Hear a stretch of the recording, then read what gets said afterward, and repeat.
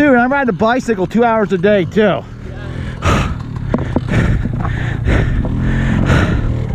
I've had so many surgeries, I gotta stay fit. Yeah.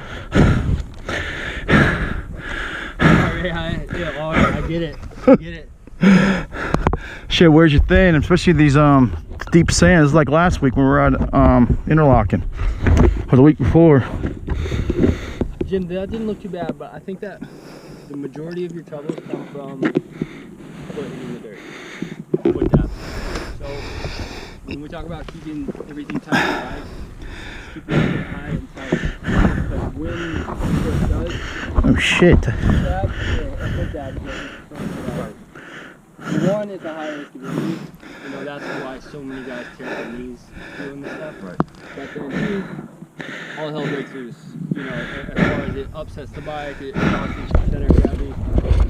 So that's where we can go to the shade actually. Do you guys have gas here? I don't think I have enough. Yeah, man. How long did we go to? 6. Okay. I think he said 6. Okay. 5. Oh, running out. It runs out. But, yeah.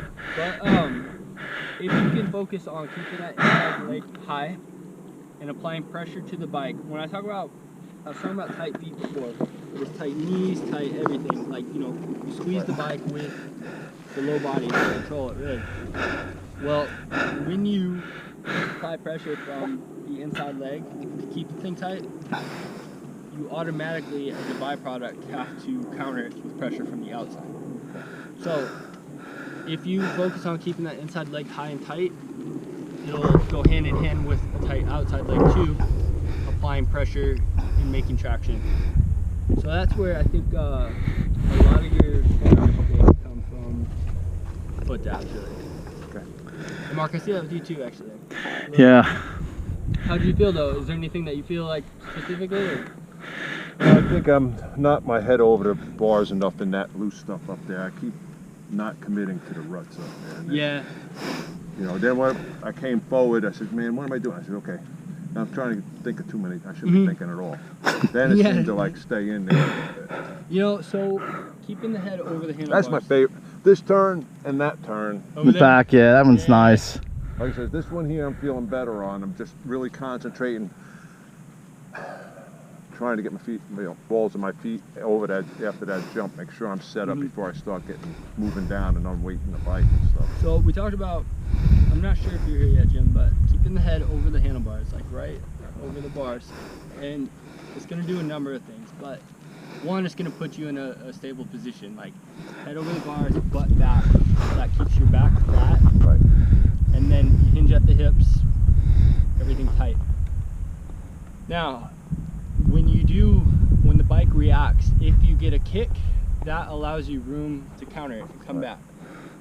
When I first started riding with my head over the bars, I thought it was the opposite. I felt vulnerable, like I was more likely to go over the bars. Right. But in reality, it's the opposite, because you have room to counter it. Gotcha. Whereas if you already were back and you got a kick, it's like getting double bounce on a trampoline. Like that seat's gonna hit in the ass and hit you all the way over the bars. The other thing that does, that's more from just like a mechanical, like technical standpoint. But if we're talking about speed, you can't lean forward and walk slow. You know what I mean? Right. It's the same concept. It puts you over the front of the bike to where you're leading the bike. You know, you're not at the mercy of the bike. You're putting it, you know, you're leading it. So that's just food for thought.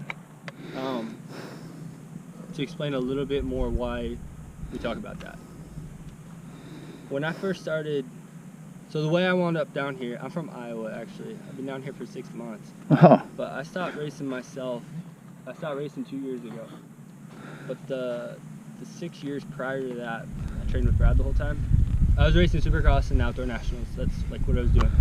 And Brad always said to me, halfway serious, halfway joking. He's like, you'll make a good assistant coach someday. So that's how I wound up down here. But that's where everything's kind of come full circle. But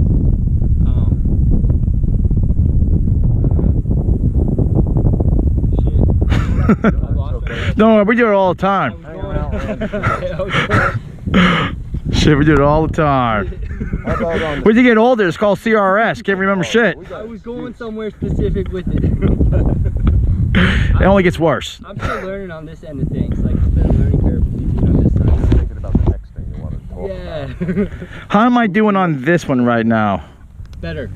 I'm trying to get my head turned so I can look where I'm going. That's where, so a lot of guys, some trainers will teach you to tilt your head, like with the corner. We're not about that because that like offsets, like that's weird. But turning your head is different from leaning your head, right? You mean leaning into the turn, out of the turn? Into it. Wow. Into Okay. it. I know, So I'll be on my ass. that's, I would steer away from that. But if you're in like a left-hand turn, lead with your head. Yeah, because usually the bike goes where the head goes. Don't look Absolutely. at the trees. Don't look at the tree.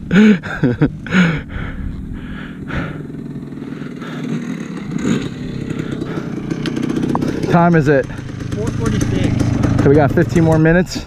Yeah, You hear me almost kill myself over the table? I saw it also. See, you want to do shit you're not supposed to. No center of gravity. I just got killed myself. Thank God for panic rev, but What are you doing?